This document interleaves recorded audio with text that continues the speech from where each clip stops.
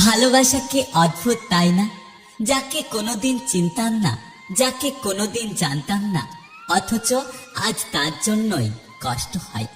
জীবনে এমন একটা মানুষ থাকা খুব দরকার, যে স্বার্থ ছাড়াই ভালোবাসবে আর প্রয়োজন ছাড়া খোঁজ নেবে। ধোঁকা দেয় একজন, কিন্তু আমাদের বিশ্বাসটা উঠে যায় সবার উপর থেকে।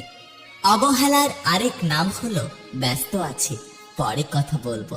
ভুল বোঝার জন্য অনেকেই আছে, কিন্তু আমাদের পরিস্থিতি বোঝার জন্য কেউ নেই। পছন্দের মানুষগুলোকে অপছন্দের তালিকায় নেওয়াটা এই পৃথিবীর সব থেকে কঠিন কাজ। কষ্ট পাওয়া যার অভ্যাসে পরিণত হয়ে যায়, চোখের জল তার কাছে হার মানে। মা ছাড়া শুধু বাড়ি নয়, বরং আমাদের পুরো জীবনটাই ফাঁকা লাগে।